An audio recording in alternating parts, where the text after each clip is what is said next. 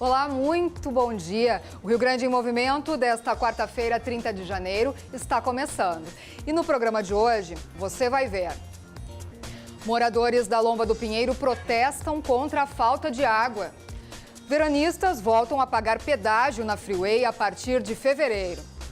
No esporte, Internacional enfrenta hoje o Veranópolis em busca da reabilitação no Campeonato Gaúcho.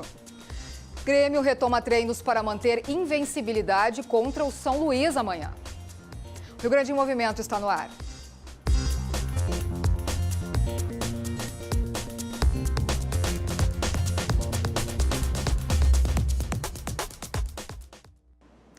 Pois é, e com esse calorão, imagina só ficar sem água.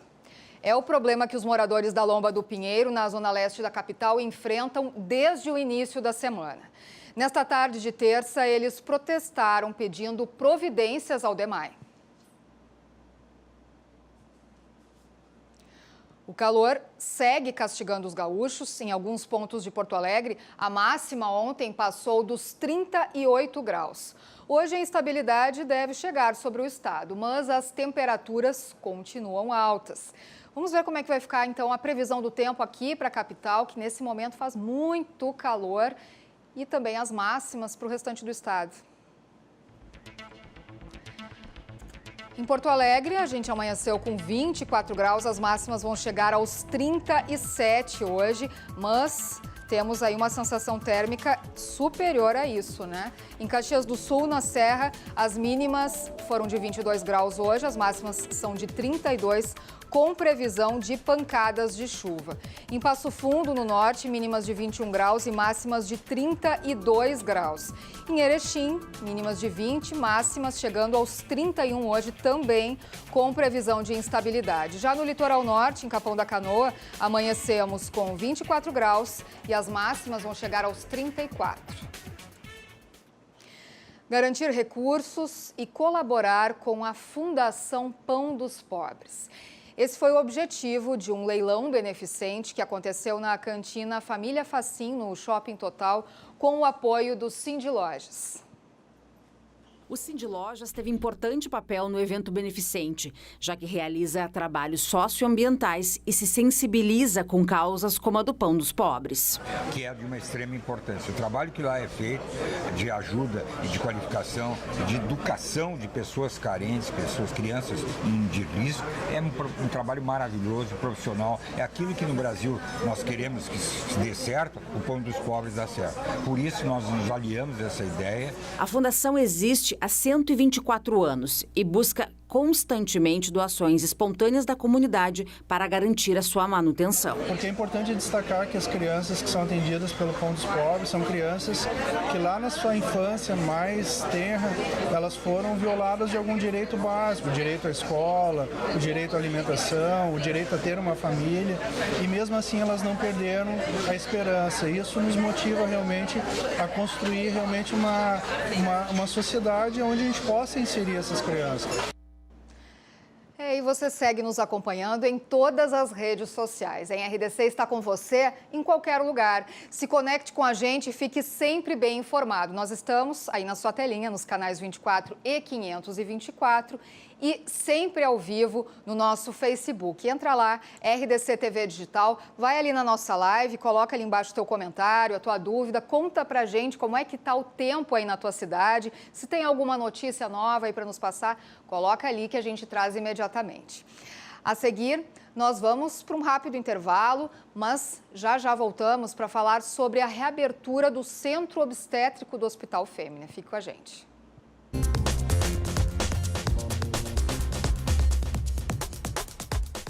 O Rio Grande em Movimento está de volta. Você acessa aí o nosso Facebook, onde nós estamos sempre ao vivo. Coloca aí a tua pergunta. O nosso assunto agora é saúde. Vamos falar sobre o Centro Obstétrico do Hospital Fêmea. Coloca ali a tua pergunta que a gente traz imediatamente. Nós estamos também no WhatsApp, no número que vai aparecer aí na sua tela durante todo o programa.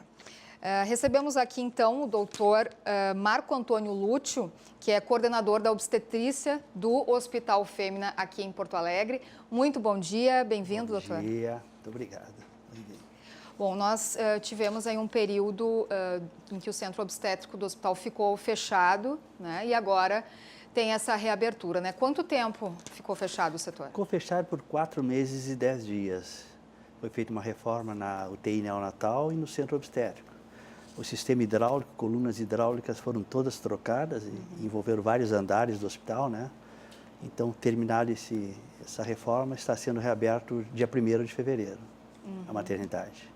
Certo. Vamos falar, então, o detalhamento um pouco, né, dessas obras. O que tem de novo ali agora? Na realidade, a UTI neonatal foi toda reformulada, né? Então, toda a parte hidráulica e tudo reformado, né? O centro obstétrico também aproveitamos para fazer mais reforma, né? E damos uma maior qualidade e assistência à população. Certo. E a questão do isolamento respiratório ali? Isso também não tinha antes, né? não existia. Então, aproveitamos essa reforma e foi feito um sistema de pacientes que necessitem esse isolamento, está apropriado para deixamos isolada a paciente. Isso é para que tipo, para quais pacientes assim, que é necessário esse isolamento? Toda paciente que vem de outro hospital, né, que teve mais de 24 horas, é feito esse isolamento. Ou a paciente que é também diagnosticada com alguma bactéria, né, deve deixar isolada ela de outros pacientes. Então, está apropriado para esse evento. Certo. Quanto custou a obra? Olha, foi em torno de 7 milhões. 7 milhões. E os recursos? Foram federais da União. Recursos da União. Bom, ali teve a reforma da hidrossanitária, né, como o senhor citou também, e das UTIs, né? Neonatal. Pois é, que então foi uma pausa muito necessária. Muito né? necessária, né? Realmente, e a demanda é muito grande da UTI neonatal, né? Então estava necessitando muito dessa reforma. Então se aproveitou. Esse sistema hidráulico, o hospital existe há mais de 50 anos, nunca tinha sido feito, né? Então foi importante essa reforma, dá uma segurança, né? Que não haja nenhum acidente, né? E tinham muitos vazamentos ocorrendo ali? Não, começaram. Nós tínhamos planejado uma reforma ano passado, se detectou esse problema, e eu acho que uma semana antes estourou um cano e aí se fez a reforma do centro obstétrico. E agora já preventivamente se fez a da UTI neonatal, para trocar todo o sistema hidráulico. Certo. Teve alguma ampliação no número de leitos ou isso permanece? Não, os leitos permanecem da mesma forma. Quantos pacientes podem ser atendidos? Qual é a capacidade? A capacidade da UTI neonatal em torno de 20 recém-nascidos, né? 20, e a maternidade em torno de 12 gestantes são atendidas diariamente. Eventualmente tem uma capacidade extrapolada, a paciente fica em maca, mas não se deixa de dar atendimento a essas pacientes, todas são atendidas. Né? Nesse período que ficou fechado, a gente sabe, né, essa é a capacidade, mas queria também saber qual é a média, assim, qual é o fluxo ali, né? Qual é a média de atendimento também, a demanda que vocês têm ali e como é que ficou nesse período aí que ficou fechado, né? Qual era a orientação para essas pacientes, para onde é que elas estavam indo? Então foi feito todo um desenvolvimento com a Secretaria de Saúde e essas pacientes são atendidas em outros hospitais, tipo o Hospital Nossa Senhora da Conceição, o Hospital Presidente Vargas, foi feito um reforço de pessoal, né? Santa Cata nos deu apoio, clínicas, todas as maternidades da região deram apoio, né? Então e nós continuamos atendendo eventualmente casos de emergência, então atendíamos uns 3 casos por dia, né? E também a maternidade tem uma característica que ela atende em média 350 a 400 partos por mês. Nesse período foi reduzido bastante, mas continuamos atendendo todas as pacientes que necessitavam de curetagem pós-aborto, ou eram atendidas, são realizadas em torno de 100 ao mês, continuaram sendo atendidas, e os casos de gravidez ectópica também eram atendidas, nesse período que está fechado. Os casos mais graves, né? Mais graves, sempre sem priorizados. Bom, não é a primeira vez que fecha, né? Não, o ano passado fechou pelo que rompeu um sistema hidráulico, né? Que foi no centro obstétrico. Pois é, e a gente está falando do centro obstétrico, né, que é referência, assim como o Hospital Fêmea, que é considerado, né, o melhor hospital da mulher do estado, né, doutor? Sim, sim. É uma referência, né, para a mulher e portas sempre abertas à população, né? E atendemos muito alto risco, pacientes da grande Porto Alegre, né, são muito referenciados para o Hospital Fêmea. Pois é, vamos também para as mães que não sabem, né, para as gestantes ou para as mulheres também, deixar bem claro, né, ao público que é atendido ali no centro obstétrico, essencialmente, né? Vocês também, além dos partos ali, atendem as gestantes, inclusive em condições diferenciadas, né? Em condições especiais. Quais são essas condições? Todas as pacientes que chama-se de pré-natal de alto risco, né? Hipertensas, diabéticas e outras patologias associadas, né? Malformações fetais, temos uma demanda bem interessante no hospital. Ali no centro obstétrico também tem as mães que têm dependência química, né? Dependência química também são atendidas na maternidade. Pacientes dependentes química também, pacientes soropositivas. Então, todo tipo de atendimento obstétrico, o hospital está capacitado para atender. Também vamos falar um pouquinho do Hospital Fêmea, né, que a gente tem trazido bastante aqui no programa, principalmente sobre o câncer de mama, né, e isso é uma bandeira, né, que a gente sabe que o hospital levanta e tem toda uma diferenciação do tratamento também, e de todas as doenças femininas graves, né, saúde da mulher como um todo. Como um todo, toda patologia feminina tem a retaguarda do hospital. A mama é um setor bem qualificado no hospital, né? Toda paciente que tem algum diagnóstico de câncer de mama é rapidamente atendida, encaminhada, ou via posto ou via central, né? Então, o hospital dá guarida para todo esse tipo de pacientes. Certo. E a questão das inseminações artificiais? Então, está sendo feita uma reforma no setor, né? E está reabrindo, agora em maio, está reabrindo para as pacientes continuarem sendo atendidas. E em caráter de emergência, eles atendem alguns casos ainda. Pacientes que já vinham tendo segmento. Mas está reabrindo agora em maio. Pois é, o senhor teria como falar um pouquinho a respeito disso? Porque tem uma gratuidade, né, no atendimento dos casais. Sim. O senhor pode explicar como é que funciona? É um dos poucos hospitais do estado, né, que está atendimento à fertilização. E realmente, na realidade, o custo seria somente da medicação, que a paciente teria esse ônus, né? Medicação que onera um pouco. Mas todo tipo de tratamento, o procedimento em si, tudo é feito gratuitamente pelo hospital. Como é o nome dessa unidade ali? Unidade de reprodução, Reprodução né? humana. O senhor pode detalhar um pouco mais, assim, até para a gente passar esse serviço, né, para os telespectadores, para as telespectadoras também, essencialmente. Como é que elas devem, o que precisa ser levado, como é que é o procedimento ali? A paciente deve sempre procurar um posto de saúde, que essa é a determinação do Ministério, né? E o posto de saúde, então, encaminha essa paciente para a reprodução humana do hospital. Isso demanda algum tempo, né? E a paciente tem acesso ao hospital, a equipe atende, faz todo o atendimento humanizado dessa paciente e assim que pode, ela está adequada a fazer a inseminação feita, a fertilização. Vocês têm uma média, assim, por mês ou por ano de Mensalmente, a média em torno de 10 inseminações ao mês. Essa é a média, né? Então, e vocês têm banco de esperma no hospital? Como é que é? Não, é utilizado de fora o banco de esperma. E as fertilizações in vitro, então, como é que funcionam também ali? É feito pela equipe, né, de reprodução humana, né? Todo o procedimento é realizado no hospital. E é recente essa unidade? Há quanto tempo ela existe? Há uns 10 anos. Foi criada há uns 10 anos e agora vai dar um upgrade com essa reforma também, na unidade que está sendo feita também.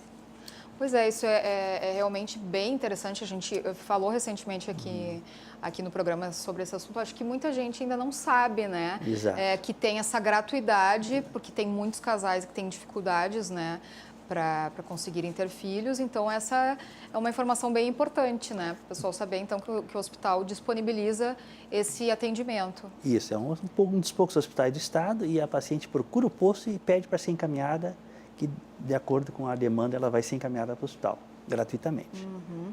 Bom, e ainda dentro desse assunto, né, e ali das pacientes do centro obstétrico, também tem o banco de leite, que é muito famoso também, referência também do hospital, né? Exatamente, trabalha-se muito, o banco de leite é bem ativo no hospital, né? E toda paciente que quer doar, fazer doação de leite, o banco tem mais disponibilidade, está sempre, é só ligar para o hospital e tem acesso, orientação também. vocês ali é referência também. O senhor teria como contar um pouquinho como é que funciona ali essa unidade, né? Também para as mães do banco que de leite. Então, estiverem toda mãe que está com seu recém-nascido na UTI neonatal, ela tem um acesso à unidade, né? E vai sendo orientada em tirar o leite, guardar o leite, armazenar, né? Então, tem uma orientação de uma equipe multidisciplinar. É muito bem orientada a gestante, a puérpera que está necessitando. Aí a unidade faz a captação do leite, como é que funciona? Armazena e, de acordo com a necessidade, vai propiciando para as pacientes. E vocês têm um controle ali, como é que funciona? São muitos bebês ali do próprio hospital, né? Que são as mães que não podem amamentar, né? Como é que é feito ali? A mãe passa por algum procedimento antes para saber se ela pode... O pediatra e a enfermeira, elas fazem essa avaliação da paciente, se está adequada, se não tem nenhum processo infeccioso que tem alguma dificuldade, nenhuma contraindicação do leite ser armazenado, né? E dessa maneira ela vai ter acesso. Quais são os contatos, né, do hospital para o pessoal que estiver interessado, dentre todos esses públicos aí que a gente citou, né, dentro desses benefícios aí e serviços que o hospital oferece? O telefone geral é 3314-5200. Tem algum site também, doutor? O site acessar? Eu não tenho no momento. O site do Hospital Fêmea, o pessoal acha facilmente, né? Também, ainda falando ali do centro obstétrico, a gente falou bastante do tratamento diferenciado, né? De algumas pacientes diferenciadas ali que são também recebidas e que também é bem importante saber como as mães que são dependentes químicas, né? Mas também referência em todos os partos, né? Os partos em geral. Baixo risco e alto risco. O nosso índice cesariano é em torno de 40%, é um pouco elevado devido ao alto risco, que é muito grande a demanda, né? Pois é. E no próprio hospital tem um pré-natal de alto risco, então pega nenês mal formados, se pega diabetes gestacional, hipertensão, uma série de patologias que com isso aumenta a incidência de cesariana. Mas é um índice tolerável, aceitável, né, diante desses fatos todos. O hospital disponibiliza anestesista de plantão, obstetra, uma triagem também bem adequada, obstétrica, né? De uma equipe boa de neonatologia. Tem algum convênio? Quais são os convênios do hospital? Também queria que o senhor deixasse bem claro. O hospital é só atendimento SUS, 100% SUS. 100% SUS. Não existe nenhum outro convênio, nem particular. Quais são os demais serviços que são oferecidos para a mulher, então, ali também, e para as mães gestantes? Além de toda a maternidade, a obstetrícia tem um ginecologia em geral, né? Então, cirurgias ginecológicas, onde as pacientes todas vêm de um posto encaminhada, né, para cirurgias. Uma emergência ginecológica e obstétrica que atende toda a demanda, né, de pacientes com alguma patologia, então, feminina, né? E diária, 24 horas por dia à disposição da população. Tá certo. Estou dando uma olhada aqui no nosso Facebook para ver se o pessoal tem alguma dúvida para o senhor, tá, doutor? Sem dúvida, sem problema. Convidando aí os telespectadores para ingressarem ali, para acessarem ali o nosso Facebook, deixarem o seu comentário. A gente tem ali a Luísa e também a Renata com a gente. Podem deixar a sua dúvida que a gente traz imediatamente aqui sempre para os convidados. Doutor, nós agradecemos muito a sua presença aqui. Muito obrigado, eu agradeço a possibilidade. Desejamos sucesso agora em 2019 e também fazemos o convite que retorne aqui. E se quiser agora também deixar algum convite para os telespectadores, para alguma programação que vocês já tenham para este ano ou algum evento, por favor, fique à vontade. Tá, muito obrigado. Assim que tiver, a gente passa. Obrigado pela atenção. Muito obrigada. Eu que agradeço. O Rio Grande em Movimento está sempre ao vivo ali no Facebook.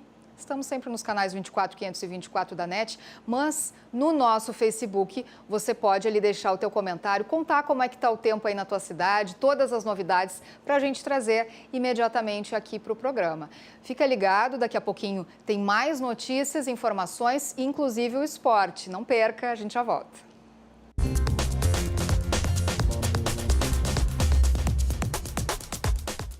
Rio Grande em Movimento está de volta, chegou a hora do esporte aqui no programa. Vamos saber agora tudo que temos de novidades na dupla Grenal com João Batista Filho. O JB já está aqui com a gente. Bom dia, JB. Tudo bem? Grande abraço para todo mundo que está nos assistindo. E olha, hoje tem jogo do Internacional, uma pressão danada nos jogadores. O técnico Odair sabe disso, talvez até por isso tirou alguns jovens da lista de jovens de atletas que viajaram para o interior do estado do Rio Grande do Sul. Mas para a gente começar a falar sobre essa partida, eu convoco o repórter Guilherme Paz, trazendo tudo o que aconteceu nos bastidores antes do jogo do Internacional contra o Veranópolis. É complicado, né? A gente vem de 2 derrotas, se tratando de jogar no Inter é uma coisa que incomoda muito. A gente está se cobrando, apesar do que a gente sabe que é começo do campeonato, mas não é normal. O Internacional não iniciou nada bem o gauchão, 2 derrotas em 3 jogos. E hoje, um jogo decisivo contra o Veranópolis fora de casa. Acredito que agora, no próximo jogo, todos possam estar melhores e acho que quem viu o jogo, o time teve alguns erros, né?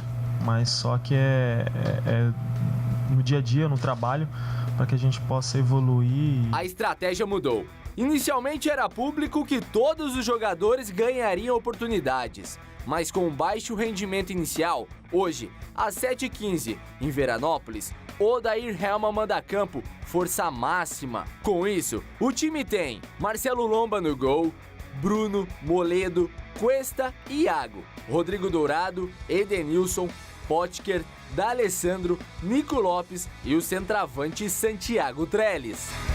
Trellis, que fez a sua estreia no último domingo contra o São José, ganha a primeira oportunidade como titular. O Trellis é um jogador de área, né? Um jogador que ainda vamos jogar em Veranópolis, todo mundo conhece, é um campo curto, né? Menor.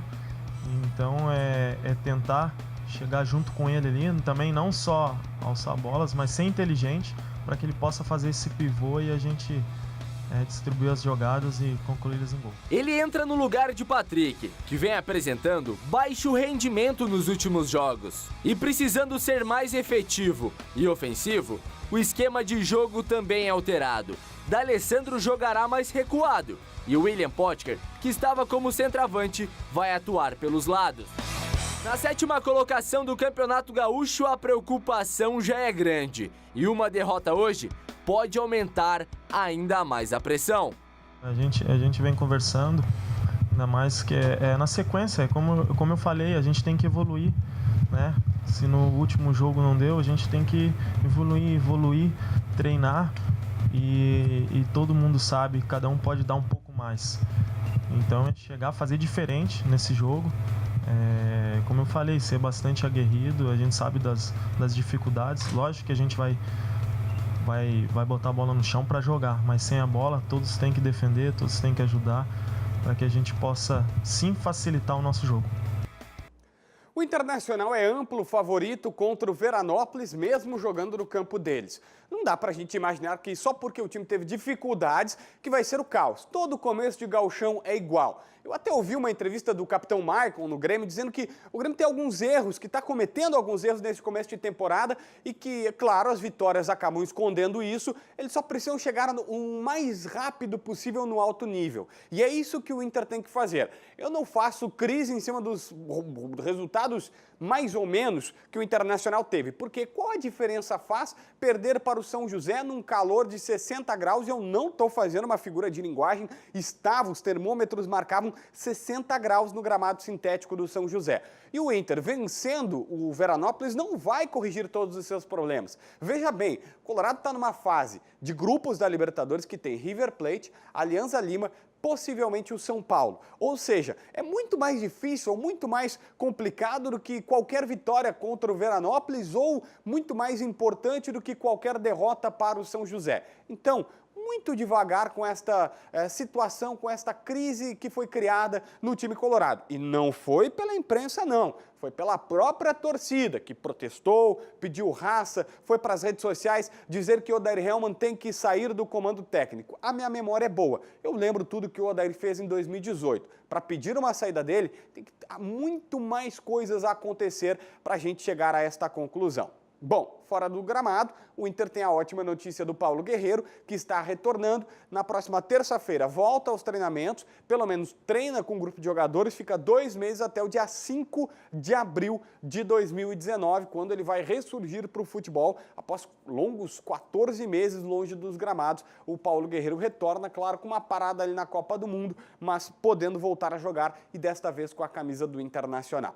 No lado do Grêmio, a gente também tem jogo, não agora, mas amanhã. E o técnico Renato Portaluppi tem algumas mudanças na equipe. A gente vai ver agora a reportagem do Pedro Oliveira. Mas segura aí, porque depois da reportagem nós temos um novo possível zagueiro que está desembarcando da Europa para jogar no Grêmio. Mas agora é a vez do Pedro brilhar.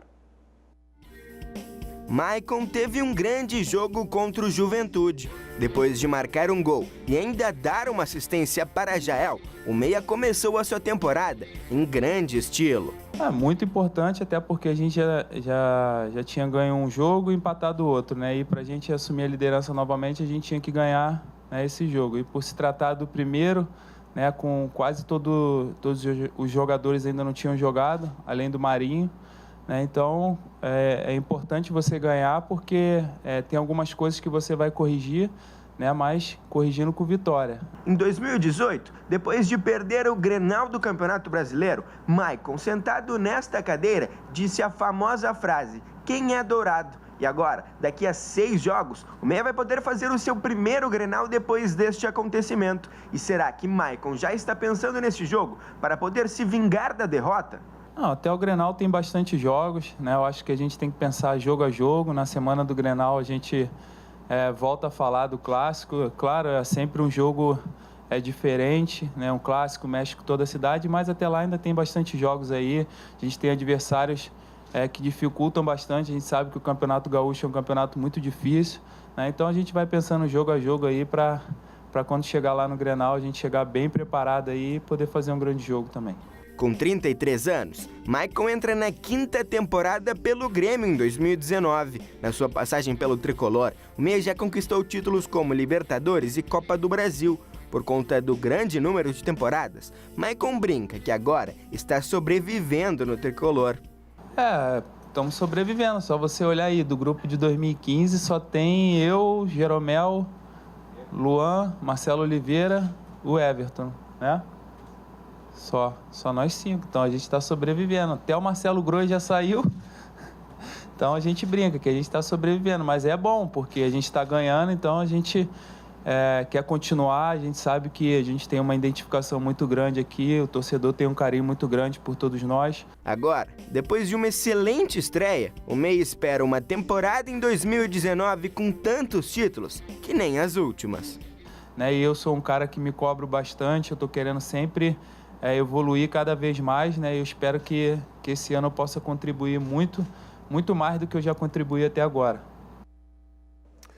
O capitão Maicon, para mim, é quase que um cara indiscutível no Grêmio. Ele só pode perder o espaço lá na frente, até pela idade, para o Matheus Henrique, que me parece ter uma qualidade, um talento muito próximo do Maicon. Ele fica abaixo do Arthur, porque o Arthur foi para o Barcelona, mas é um líder dentro e fora de campo. Então o Maicon, para mim, ele estando 100%, precisa ser titular deste Grêmio. Ele fez chover para cima no jogo contra o Juventude. O Grêmio que joga amanhã contra o São Luís, possivelmente com alguns reservas. O Montoya deve ser a principal novidade da equipe tricolor. Ele treinou e treinou bem cobranças de faltas, que é uma situação importante. O Grêmio não tem mais um batedor, aquele cara que faça colocado. Talvez o Jael, que fez um gol no Clássico Grenal, mas também não fez muito mais do que isso. Bom, você deve estar ansioso aí para saber qual é esse zagueiro que a gente quer saber, que a gente gostaria de falar, ou que tem a informação de que ele pode parar na arena. O nome dele chama-se Luan Pérez. É um menino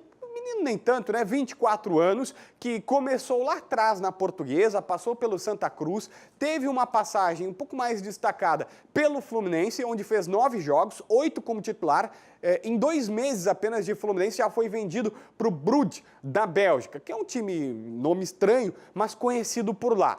Só que na Europa a experiência não foi tão boa assim. Ele tem só 33 minutos jogados no velho continente e por isso gostaria de retornar após 6 meses. O Grêmio procura um zagueiro, é um cara viável, relativamente barato e que aceitaria vir para ser reserva de Jeromel e Kahneman, o que vamos combinar vai acontecer. Não acredito que ele venha aqui gastar a bola e ser melhor do que o Jeromel ou do que o próprio Walter Kahneman, mas seria uma ótima alternativa para atuar ao lado do Paulo Miranda no sistema defensivo do tricolor, já que o Rafael Thierry não recebeu oportunidade, tem tudo para ser novamente emprestado e o Marcelo Oliveira está recém se adaptando à nova função, à nova possibilidade de ser zagueiro. Então, Luan Pérez, 24 anos, 1,90 m, está próximo de ser reforço do Grêmio. Essa negociação não está fechada, o Grêmio negocia, mas é uma das possibilidades que estão na pauta do tricolor. Tá certo, Lilian? Tá certo, JB. A gente aguarda amanhã, então, para trazer as últimas da dupla aqui para a gente. Lembrando que você sempre pode mandar também a tua pergunta sobre o esporte, o teu comentário. Estamos ao vivo no Facebook da RDC TV Digital. A gente vai para um rápido intervalo, já voltamos com mais informação para você. Fica aí.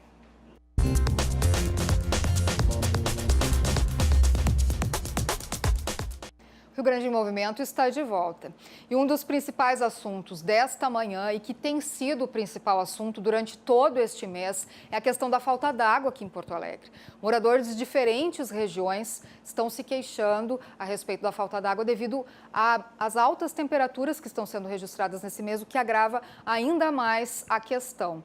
O nosso programa, a nossa produção, entrou em contato com o departamento o DEMAI, que é o departamento responsável pelo serviço aqui na capital, mas eles não enviaram nenhum representante para se posicionar a respeito da situação. Vamos ver mais detalhes, porque tivemos protesto ontem aqui na capital. Os moradores da Zona Leste estão reclamando devido à à interrupção do serviço. Vamos assistir. O protesto começou no cruzamento entre as estradas Afonso Loureiro Mariante e São Francisco, na região da Parada 6 da Lomba do Pinheiro. Os moradores bloquearam as vias com pedaços de colchão, madeiras e pneus. Eles reclamam que estão há pelo menos 3 dias sem água.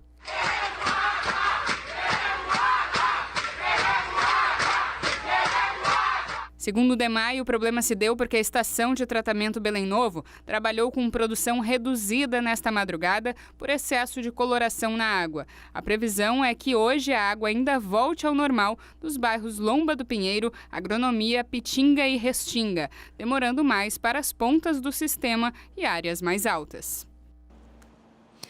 E para quem está indo para a praia, estamos aí nessa época em que isso acontece ainda mais, né? Temos aí mais movimento nas estradas aqui no estado. Temos aí uma informação para você. Começa já agora, em fevereiro, na metade do mês, a cobrança de pedágios em 2 praças da Freeway, com uma nova concessionária. Nessa manhã teve um debate entre especialistas no assunto que foi promovido pela Sociedade de Engenharia do Rio Grande do Sul. O evento teve como tema pedágios, uma necessidade, por quê? Segundo a categoria, por décadas, os governos estaduais usaram 35% do PIB com gastos desnecessários.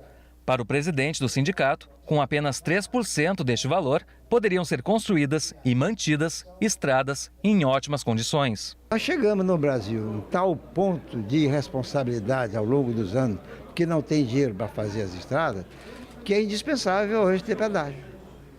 Só por isso que eu defendo pedágio hoje, porque o passado se comeu tudo. Desde que a Concepa saiu de cena em julho do ano passado, os motoristas não pagavam mais tarifas nos pedágios de Santo Antônio da Patrulha e Gravataí. Agora, a concessionária CCR Via Sul vai assumir 7 praças de pedágio nas BR-101, 386, 448 e 290, a Freeway.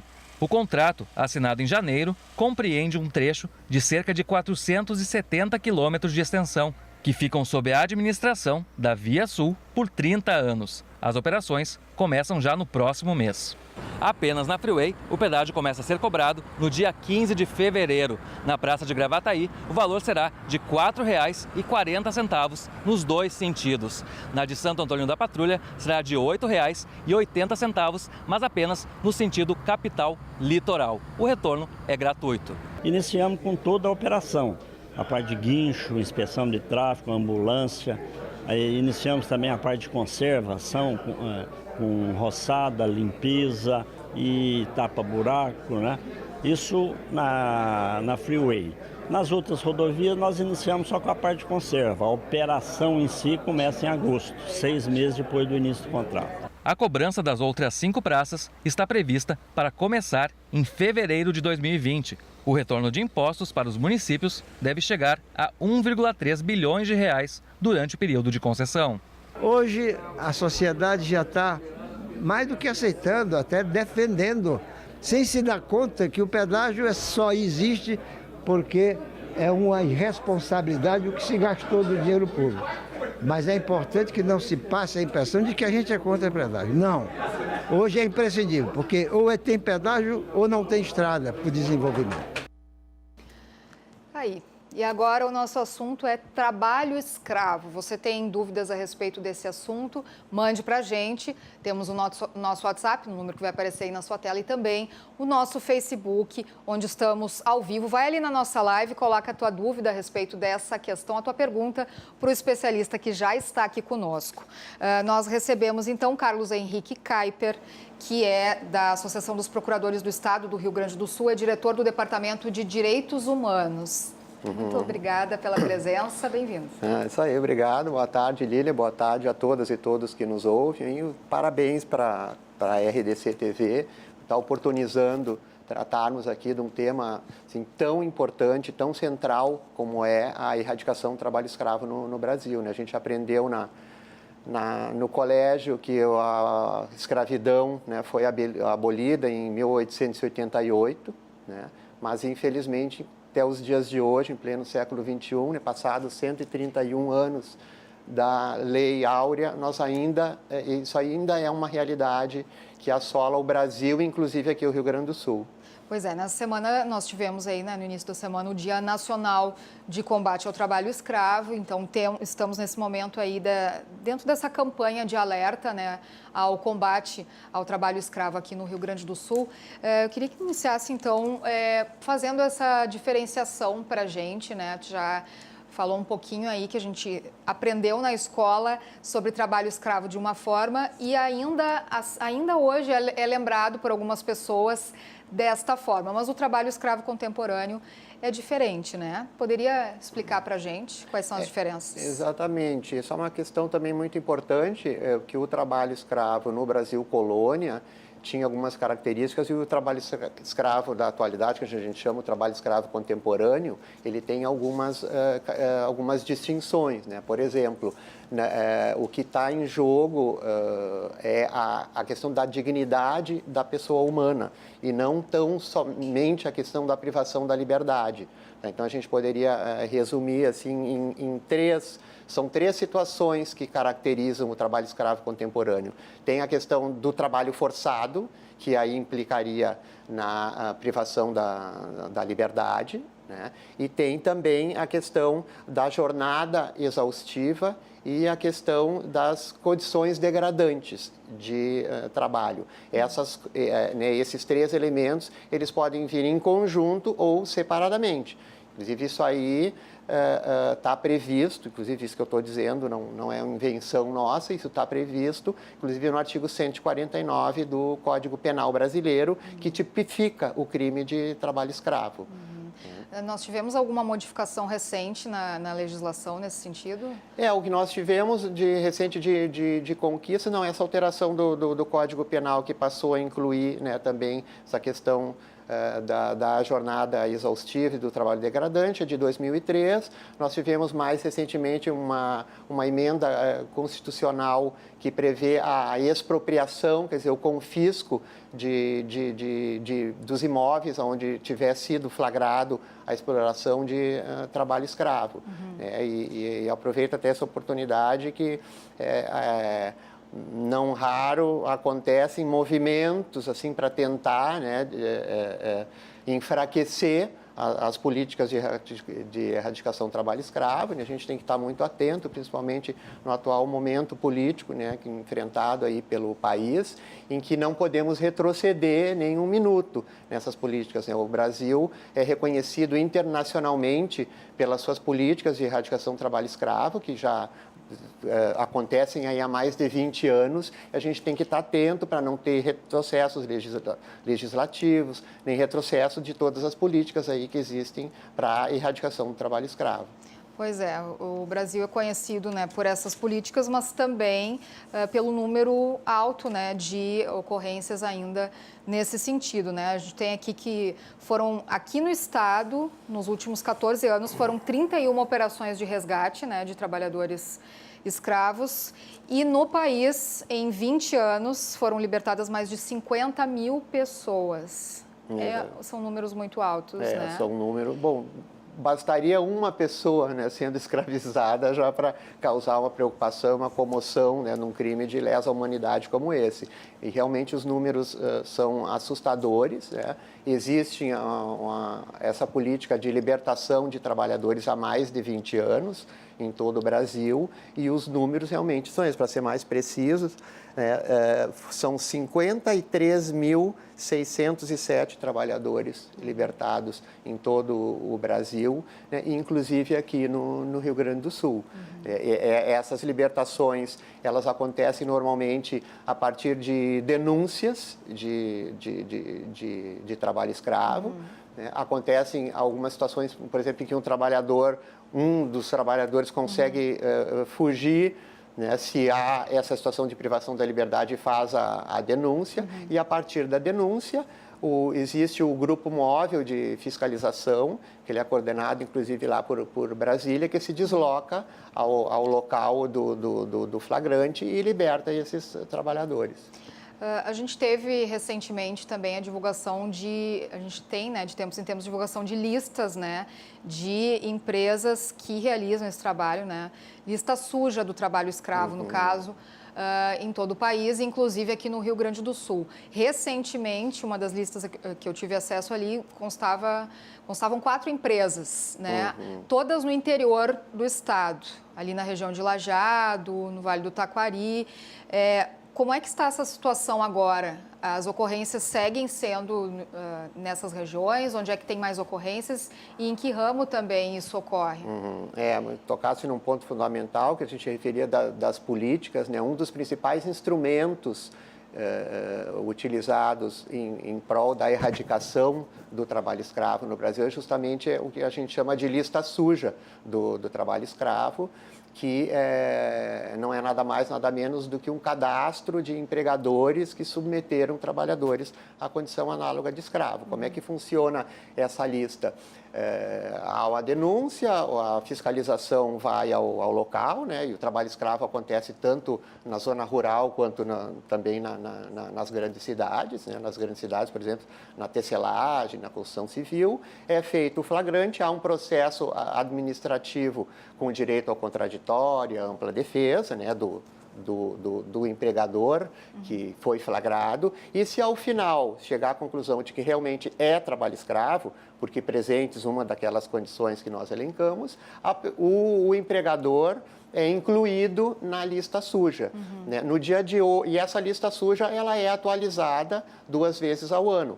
Então, volta e meia está entrando gente na lista, está saindo gente na lista. No dia de hoje, por exemplo, existem 202 empregadores na lista, né, que submeteram trabalhadores à condição análoga de escravo, e desses 202, 6 são do estado do Rio Grande do Sul. Nós temos empregadores aqui que foram flagrados no município de Lajeado, São Francisco de Paula, Rio Pardo, 2 de Caxias do Sul e 1 do município de Doutor Ricardo. Todos eles constando, envergonhando, inclusive o estado do Rio Grande do Sul, por constarem na lista suja. Se os telespectadores tiverem interesse em conhecer, inclusive todos os integrantes da lista, ele pode consultar. A lista é disponibilizada junto ao antigo Ministério do Trabalho, agora o Ministério da Economia, e no site da ONG Repórter Brasil, também, que é uma ONG que tem um trabalho brilhante, militante nessa política de erradicação do trabalho escravo, também a lista pode ser consultada no site. Pois é, era sempre divulgado pelo Ministério do Trabalho, e agora com a extinção da pasta, então o pessoal só indo no Ministério da Economia. Isso, encontra ali também. O grupo móvel que referia, que é coordenado em Brasília, a Secretaria de Inspeção do Trabalho, que é quem faz as fiscalizações, ou seja, quem acaba fazendo os flagrantes de trabalho escravo, ela passou agora recentemente a ser vinculada ao Ministério da Economia.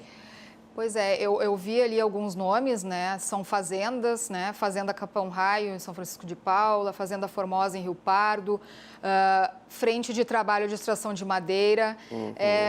Quais são, então, os ramos em que essas denúncias são mais recorrentes e também essas empresas que já são consideradas, estão consideradas na lista suja? As atividades que foram flagradas com trabalho escravo, e constam da lista, ou seja, já houve todo o processo administrativo em que se concluiu que realmente era trabalho escravo. Destaco porque não estamos falando aqui em mera irregularidade trabalhista, que também tem que ser combatida, também tem que ser fiscalizada. Nós estamos falando aqui de trabalho escravo contemporâneo, ou seja... Tem que ter resgate dos Exatamente, e tem que ter resgate, tem que ter daquelas condições, ou trabalho forçado, que implicaria privação da liberdade, ou jornada exaustiva, que também por jornada exaustiva não vai se entender lá 1, 2, 3 horas extras. Já foram flagrados trabalhadores com 30 horas extras mensais, situações absurdas. Então, as atividades em que foram encontradas foram carregamento de frango, atividade de desmatamento, cultivo de batata, extração de madeira, corte de pinos e construção civil. Sendo que as primeiras, evidentemente, no meio rural e construção civil no meio urbano. E as denúncias também que ocorrem bastante também são dentro desses setores, desse ramo aí? Exatamente. As denúncias são das mais variadas. Às vezes acontece a denúncia, a fiscalização vai lá, pode identificar alguma situação de irregularidade, mas não caracterizar trabalho escravo. Mas trabalho escravo, inclusive, como eu já referi, toda essa política iniciou tão somente no meio rural, mas a partir que a política foi sendo aprimorada, foi se detectando, inclusive, no meio urbano. A prática da redução à condição análoga de escravo, inclusive no meio urbano, tanto é que, por exemplo, que o município de São Paulo, era tão sério esse problema lá em São Paulo que ele criou, inclusive, uma comissão municipal de erradicação do trabalho escravo. Qual é a diferença entre trabalho análogo ao escravo e o trabalho escravo? Não, é a mesma. É que o tipo penal é redução à condição análoga de escravo, que é o trabalho escravo contemporâneo, que não há distinção, condição análoga ao escravo, não há distinção técnica nenhuma entre esses dois. O que há uma distinção é entre o trabalho escravo na época da colônia e o trabalho escravo contemporâneo. Quais são as punições? O Código Penal, ele prevê a pena de reclusão de 2 a 8 anos e multa. E temos também uma punição que pode ser a expropriação daqueles imóveis, onde foi flagrado o trabalho escravo, como, por exemplo, na cultura de psicotrópicos, numa fazenda, por exemplo, que encontra plantação de maconha, por exemplo, ela pode ser expropriada em função da prática desse crime, e onde é explorado o trabalho escravo também, esse imóvel pode ser expropriado, inclusive ele deverá ser destinado para os trabalhadores que foram libertados dessa prática. E tem também, além do aspecto penal, né, tem o aspecto trabalhista, que não raro esses empregadores são submetidos também a ações civis públicas, que são promovidas pelo Ministério Público do Trabalho, onde é buscada uma indenização, inclusive por dano moral individual, dano moral coletivo, em função justamente do que nós falávamos, né, do absurdo de, em pleno século XXI, a gente ainda encontrar esse tipo de crime. Perfeito. A gente teve casos bem famosos e de grande repercussão, né? Não aqui no Rio Grande do Sul, mas nacionalmente falando, aí de grandes lojas de confecção, enfim, como a Zara, por exemplo. Isso foi realmente confirmado, né? E teve punição. Como é que se deu o desdobramento desses casos mais famosos? Exatamente. Existiu, né, tem vários casos, principalmente de ações civis públicas com condenações, mas, infelizmente, no aspecto penal, né, que seria, né, considerando, inclusive, o número de trabalhadores libertados, já deveriam ter muito mais gente condenada pela prática do trabalho escravo. Infelizmente, existem só 2 condenações transitadas em julgado, né, pela prática do crime de erradicação, o crime de submeter a pessoa à condição análoga de escravo. Tá, ok. Nosso tempo encerrou. Só rapidamente, um telefone, então, para o pessoal fazer denúncia ou um site? A responsabilidade é de toda a sociedade, então é importante denunciar, não tem como esquecer. Tem um número muito fácil, o Disque 100, que é o Disque Direitos Humanos, recebe denúncias de trabalho escravo e encaminha para os órgãos competentes, né, para apuração. Muito obrigada, volte sempre aqui no programa. O Rio Grande em Movimento fica por aqui, voltamos amanhã ao meio-dia com mais informação para você. Um ótimo dia, até lá.